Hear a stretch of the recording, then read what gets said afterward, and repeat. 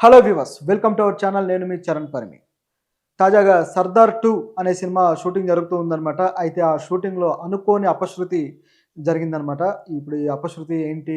దాని గురించి మనం మాట్లాడుకుందాం. ఆహ్, 'సర్దార్ 2' 'సర్దార్' సినిమా తెలుసు కదా! గతంలో 'కార్తీ' అద్భుతమైన సినిమా అది. 'కార్తీ' హీరోగా చేశాడు. ఆ సినిమా తెలుగులోను, తమిళ్‌లోను 2 భాషల్లో బ్లాక్ బస్టర్ అయింది. ఆ సినిమా ముఖ్యంగా ఆ థీమ్ గూడా చాలా బావుంటుందనమాట. అది ఒక వాటర్, వాటర్‌కి సంబంధించి కార్పొరేట్ కంపెనీలు ఎలా అవి బిజినెస్ చేస్తాయి, వాటిని ఎలా గుప్పెట్లో పెట్టుకుంటాయి అనేది చాలా మంచి కంటెంట్ తోటి డైరెక్టర్ మిత్రన్ అద్భుతమైన సినిమా తీశాడు. అయితే తర్వాత ఆ సినిమా షూటింగ్ అయిపోయిన తర్వాత అద్భుతంగా అది రిజల్ట్ వచ్చింది. ఆ సినిమా హిట్ అయిన తర్వాత అతను ఇది సెకండ్ పార్ట్ కూడా ఉంటుందని చెప్పడం జరిగింది. ఆ తర్వాత ఇప్పుడు దానికి సెకండ్ పార్ట్ కూడా సినిమా షూటింగ్ స్టార్ట్ అయిపోయిందనమాట సోమవారం నుంచి. అంటే రెగ్యులర్ షూటింగ్. అది బిగిన్ చేసి చాలా రోజులైనా ఇప్పుడు రెగ్యులర్ షూటింగ్ స్టార్ట్ చేశారు. ఈ రెగ్యులర్ షూటింగ్ జరుగుతూ ఉండగా ముందు యాక్షన్ సీక్వెన్స్‌లు తీస్తూ ఉన్నారు. 'కార్తీ' అండ్ అలాగే చాలామంది ఫైటర్స్, ఫైట్ మాస్టర్‌లందరూ దాంట్లో పాల్గొన్నారు. ఈ పాల్గొన్న దాంట్లో అనుకోకుండా ఒక అపశృతి జరిగింది. ఒక ప్రమాదం జరిగి ఫైటర్ స్టంట్ అసిస్టెంట్ అనమాట.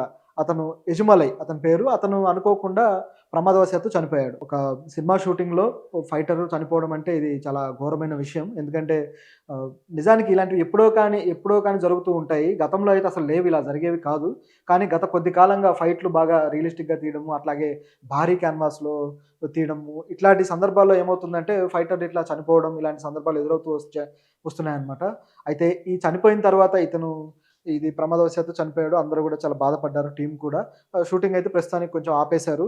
దాంతో పాటు ఆయన కుటుంబ సభ్యులు కూడా చాలా బాధపడుతున్నారు. అయితే పోలీసులకు మాత్రం ఇది ఏంటి? ఎలా జరిగింది ప్రమాదం అనే డౌట్ ఉంది.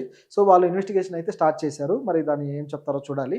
అయితే ఇలాంటి ఫైటర్స్ గురించి మాట్లాడుకోవాలంటే ఫైటర్స్ అనేవాళ్ళు ఇదనే కాదు, అనేక చోట్ల, అనేక సందర్భాల్లో వాళ్ళకు తీవ్రమైన గాయాలవుతుంటాయి. ఫైటింగ్స్‌లో గావచ్చు, యాక్షన్ సీక్వెన్స్ ఏవైనా సరే, చేజింగ్‌లు గావచ్చు, ఇలాంటివన్నిట్లో గూడా డూప్‌లు ముఖ్యంగా. ఇప్పుడు హీరోలకి డూప్‌లుగా పనిచేసే వాళ్ళు ఎవరైతే ఉంటారో, వాళ్ళకు చాలా తీవ్రమైన గాయాలు గూడా అవుతుంటాయి. మరీ ప్రమాదంగా ఉన్న సన్నివేశం ఏదన్నా ఉందంటే స్టంట్‌లో, అది హీరో పెర్ఫార్మ్ చేయడు. డూప్ వస్తాడు. డూప్ క్యారెక్టరే అతను హీరోలాగా అతను పెర్ఫార్మ్ చేస్తాడనమాట. సో, వాళ్ళకి ఎంత సెక్యూరిటీ ఉంటుంది ఈ ప్రొఫెషన్‌లో, ఈ ఫైటింగ్‌లో, వాళ్ళ ప్రాణానికి ఎవరు బాధ్యత తీసుకోవాలి అనే విషయం చాలా రోజుల నుంచి మన దగ్గర మన ఇండియన్ ఫిల్మ్ మేకింగ్‌లో చాలా విమర్శలు ఎదుర్కొంటూ వస్తుంది. చాలా కాలంగా చూసుకుంటే. ఇతననే కాదు, గతంలో కూడా ఇప్పుడు 'శంకర్' సినిమా కూడా 'భారతీయుడు 2' ఆ సినిమాకి సంబంధించి కూడా దాదాపు ఒక ప్రమాదవశాత్తు ముగ్గురు చనిపోయారు. అందులో ఈ కెమెరా అసిస్టెంట్లున్నారు, డైరెక్టర్ అసిస్టెంట్లున్నారు, స్టంట్ అసిస్టెంట్లున్నారు. ఇట్లా సో, వీళ్ళు చనిపోవడంతోటి ఆ సినిమా షూటింగ్ కూడా ఆగిపోయింది. అది వివాదమైంది. తర్వాత మళ్ళీ షూటింగ్ స్టార్ట్ చేయడానికి సంవత్సరాల తరబడి టైం పట్టి చివరికి ఎలాగో కంప్లీట్ చేసి తీసుకురాగలిగారు.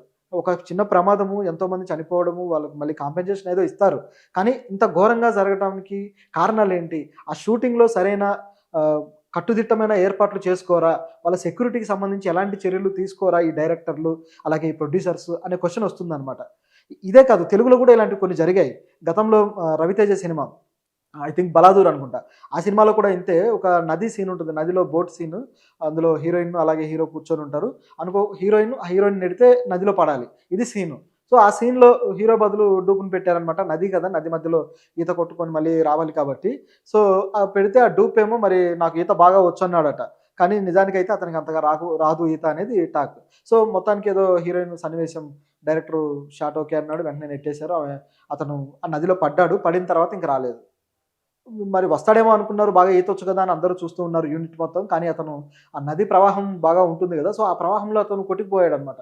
తర్వాత రెస్క్యూ టీమ్ వచ్చేసి మొత్తం వెతికినా సరే అతను డెడ్ బాడీ ఆ సరౌండింగ్స్‌లో దొరకలేదు. ఆ తర్వాత ఎప్పుడో ఆ రోజు సాయంత్రానికో ఎప్పుడో ఎక్కడో కొట్టుకుపోయి ఇంకెక్కడో దొరికిందనమాట.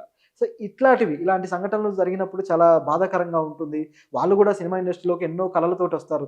ఏదో సాధించాలి అని జెప్పేసి. వాళ్ళకెన్నో డ్రీమ్స్ ఉంటాయి. సో, హీరో డూప్‌గా చేస్తున్నాడంటే అతనెలా ఫీల్ అవుతాడు? తాను కూడా ఒక హీరో అంతటి స్థాయికి వెళ్ళాలని ఫీల్ అవుతాడు కదా! ఇలాంటి వాళ్ళు, ఇలాంటి కలలు కని వాళ్ళ కుటుంబాలు కూడా చిన్న కుటుంబాలుంటాయన్నమాట. పేద కుటుంబాలుంటాయి. టెక్నీషియన్స్ చాలా వరకు కూడా పేద కుటుంబాలు, చిన్న తరహా ఏదో ఒక మధ్య తరహా కుటుంబాలు ఇలాగే ఉంటాయన్నమాట. ఎందుకంటే అందరికీ అదే గొప్ప తరహా పేమెంట్‌లు గాని ఇట్లా ఏమి ఉండవు. సాధారణంగానే ఉంటుంది కాబట్టి వాళ్ళ కలలు, ఆ కలలు నెరవేర్చుకొని ఎదగాలి అని వస్తారు. ఇలాంటి వాళ్ళకి ఇలాంటివి జరుగుతూ ఉంటే చాలా బాధాకరంగా అనిపిస్తుంది. అది మన దగ్గరే ఎందుకు జరుగుతాయి? హాలీవుడ్‌లో జరగవా? లేపోతే వేరే హిందీ ఇండస్ట్రీలో జరగవా? అంటే మన ఇండియన్ ఇండస్ట్రీస్ తీసుకుంటే మన తెలుగు కావచ్చు, తమిళ్ అలాగే కన్నడ, మలయాళం అలాగే హిందీ. ఇక్కడ మన ఇండస్ట్రీలో కొన్ని ఈ రెస్క్యూకి సంబంధించి కావచ్చు, ఈ రక్షణ వ్యవస్థ కావచ్చు, ఇది పటిష్టంగా లేదు అనేది ఈ గతం నుంచి గూడా ఈ స్టంట్ మాస్టర్ల యొక్క ఆరోపణ అనమాట. స్టంట్ మాస్టర్‌లే ఇప్పుడు వాళ్ళ ఫైటర్‌లు ఎవరైతే ఉన్నారో వాళ్ళని కాపాడుకోవాల్సిన బాధ్యత కూడా మాస్టర్ మీద ఉంటుంది. ఎవరైతే దానికి క్యాపబుల్లో, ఎవరైతే సత్తా ఉన్నవాళ్ళో వాళ్ళని మాత్రమే ఆ పొజిషన్‌లో పెడతారు గాబట్టి, ఆ స్టంట్ ఏదైతే ఉందో, ఆ సత్తా ఉన్న ఫైటరే చేస్తాడు గాబట్టి, సో వాళ్ళని ఎంచుకోవాల్సింది, వాళ్ళని అక్కడ పెట్టాల్సింది వాళ్ళ మాస్టర్ కాబట్టి, ఆయన అది బాధ్యత తీసుకుంటాడు. కానీ ఈ మాస్టర్‌లు ప్రస్తుతం ఏం ఆరోపిస్తున్నారంటే, గత కొద్ది కాలంగా గూడా మన దగ్గర ఇలాంటి ఒక రక్షణ వ్యవస్థ పర్ఫెక్ట్‌గా లేదు. దానివల్ల స్టంట్ కొరియోగ్రాఫర్‌లు గావచ్చు, అలాగే స్టంట్ అసిస్టెంట్‌లు గావచ్చు, వీళ్ళంతా తమ ప్రాణాలతో చెలగాటమాడుతూ ఫైట్ చేయాల్సొస్తుంది. తమ ప్రాణాలనే పణంగా పెడుతున్నారు ఈ స్టంట్స్ విషయంలో అనేది వీళ్ళ ఆరోపణ అనమాట. దీనికి సంబంధించి గతంలో గూడా ఐ థింక్ డిస్కవరీ ఛానెల్‌లో అనుకుంటా వాళ్ళు ఒక డాక్యుమెంటరీ గూడా చేశారు. ఏంటంటే ఇండియన్ ఇండస్ట్రీలో స్టంట్స్ ఎలా ఉన్నాయి? అట్లాగే హాలీవుడ్ ఇండస్ట్రీలో స్టంట్స్‌కి సంబంధించి వాళ్ళెలాంటి జాగ్రత్తలు తీసుకుంటున్నారు? ముఖ్యంగా ఈ జాగ్రత్తలు, ముందు జాగ్రత్తలకు సంబంధించి వాళ్ళొక డాక్యుమెంటరీ గూడా చేయడం జరిగింది. సో, అందులో కొన్ని విషయాలు వాళ్ళు ఏం వెల్లడించారంటే, ఇండియన్ ఇండస్ట్రీలో ఈ రక్షణ వ్యవస్థకు సంబంధించి సరైన ప్రణాళికలుండవు, సరైన ముందు జాగ్రత్తలు ఉండవు. కానీ హాలీవుడ్‌లో అలా కాదు. అన్నీ కూడా ముందు జాగ్రత్తలుంటాయి. చాలా కేర్‌ఫుల్‌గా ఉంటారని చెప్పడం జరిగిందనమాట. ఈ హాలీవుడ్ స్టంట్ కొరియోగ్రాఫర్స్. అట్లాగే ఇన్స్యూరెన్స్ గూడా. ఇప్పుడు ఈ చనిపోయే వ్యక్తికి ఈ కంపెనీ నుంచి ఏదైతే ప్రొడక్షన్ హౌస్ ఉందో, ఈ ప్రొడక్షన్ హౌస్ నుంచి ఎంతో కొంత అమౌంట్ ఇస్తారు. ఓకే. వాళ్ళు కాంప్రమైజ్ అవుతారు. బానే ఉంటుంది. కానీ ఫైటర్స్ లైఫ్‌కి సెక్యూరిటీ ఏంటి? అలాగే ఫైటర్స్ కుటుంబాలకి ఇప్పుడు వీళ్ళు డబ్బులు ఇవ్వగానే అయిపోదు గదా! సో, ఆ కుటుంబాలకు ఒక సెక్యూరిటీ ఉండాలి. దానికి సంబంధించి ఒక ఇన్స్యూరెన్స్ అనేది ఉంటే బావుంటుంది అని జెప్పేసి ఆ ప్రతిపాదన గూడా ఉంది. కానీ మన దగ్గర జరగట్లేదు. అదే హాలీవుడ్‌లో అయితే ఖచ్చితంగా ఇన్స్యూరెన్స్ అనేది చేయిస్తారు. ఇప్పుడు మన దగ్గర ఏంటంటే కేవలం సెట్‌లేసి ఆ సెట్‌లకి ఇన్స్యూరెన్స్ జేయిస్తారు. తర్వాత వాటిని షూటింగ్ అయిపోయినాక తగలెట్టేసి ఇన్స్యూరెన్స్ కలెక్ట్ జేసుకునే బాపతులు గూడా మనం కొన్ని జూసాం. కానీ ఈ ఫైటర్స్ వీళ్ళ ప్రాణాలతో చెలగటం వీళ్ళకి గదా ఇన్స్యూరెన్స్ కావాలి. సో, వీళ్ళకి చేయించకపోవడం ఎంత దుర్మార్గం. ఇలాంటి సిస్టమాటిక్ వే మన దగ్గర రావాలి. హాలీవుడ్‌లో మాత్రం అది ఉంది. నిజానికి ఇలాంటి ఒక ఉదాహరణ జోక్ అనమాట. ఏదంటే 'Jackie Chan' world famous martial artist and గొప్ప హీరో, గొప్ప ఫైటర్.